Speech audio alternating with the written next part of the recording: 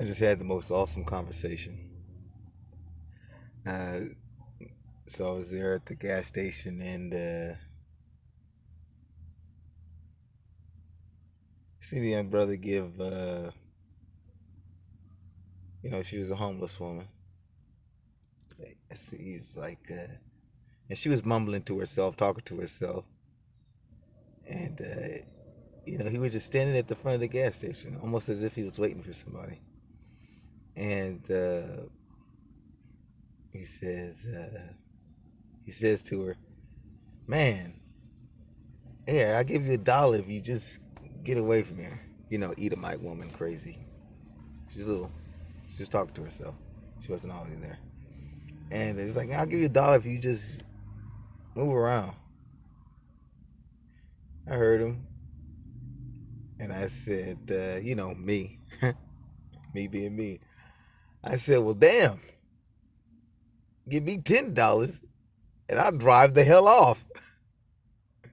He kind of thought about it. I'm pretty sure. I'm taking a guess. He was a Crip, blue shirt, blue scarf, bandana rag hanging out the pocket, and of course, had his gold watch, chains, and whatnot. But not judging by all that.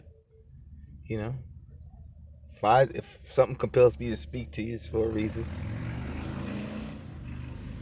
And so he thought about that. After I said, "Give me $10 and I'll drive the hell off."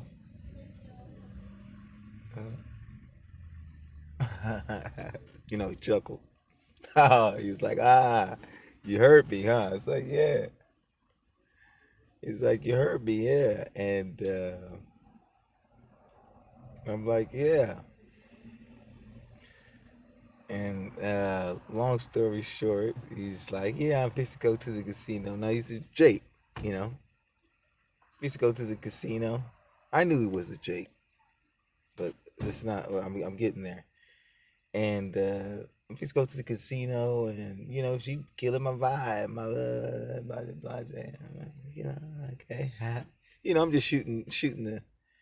I'm always looking for if anybody knows me, I'm talking, I'm rambling, I'm going, or I'm listening, but I'm waiting for my window so I could, hey, have you considered? That's just that's where I'm at now.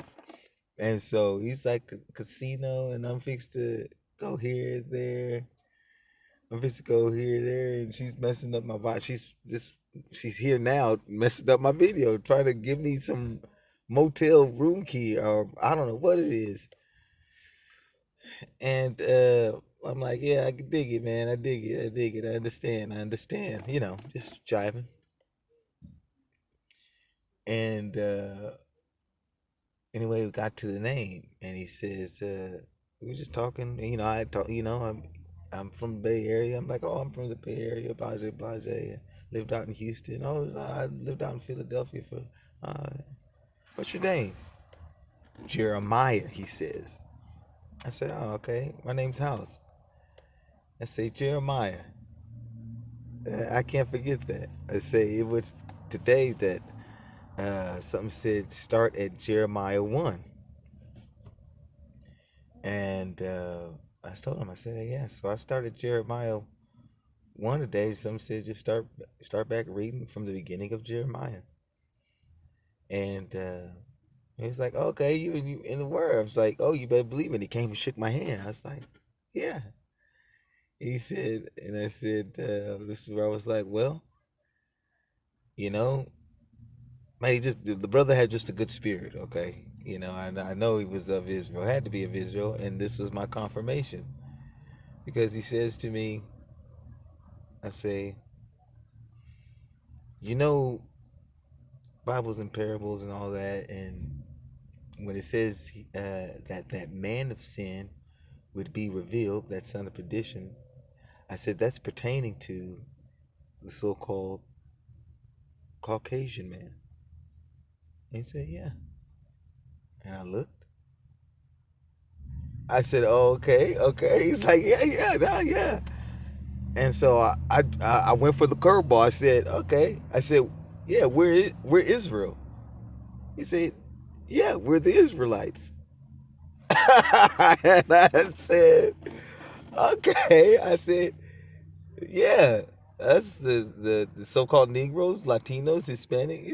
Yeah, it was like we're the.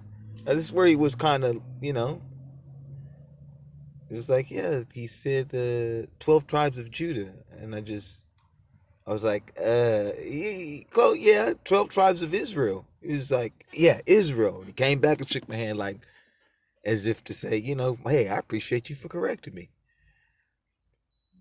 And so uh, we're chopping it up, and right when I'm fixing to go in, that damn devil is fixing to come down with great wrath.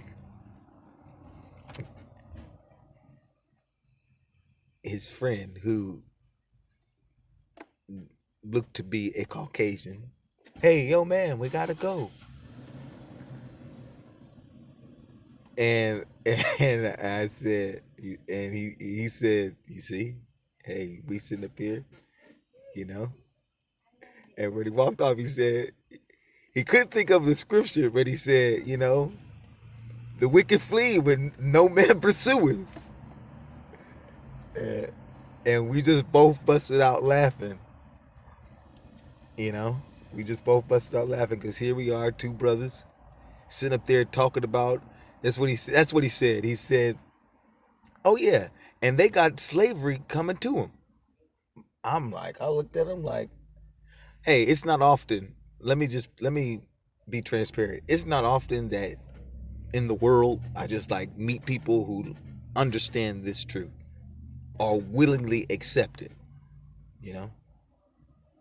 Yeah." So he was like, "Yeah, oh yeah, they got slavery coming to them soon." And that, that was one of the things he said that really just was like, "Oh yeah, this brother." That's why you can't.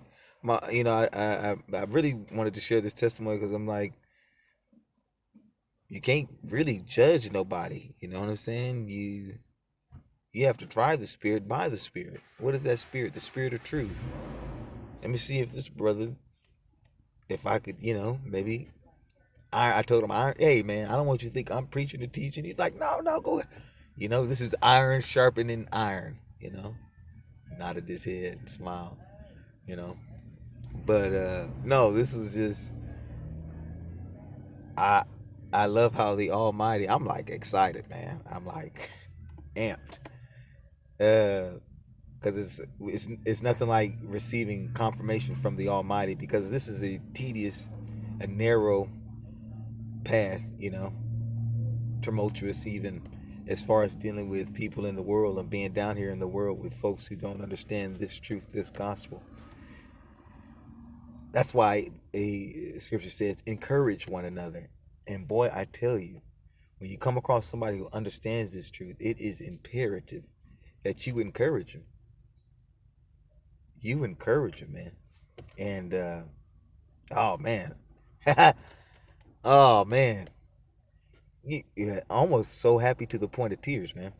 Because when you see the Almighty like letting you know, hey man, I'm still in your corner. I got you. You ain't you good. You good.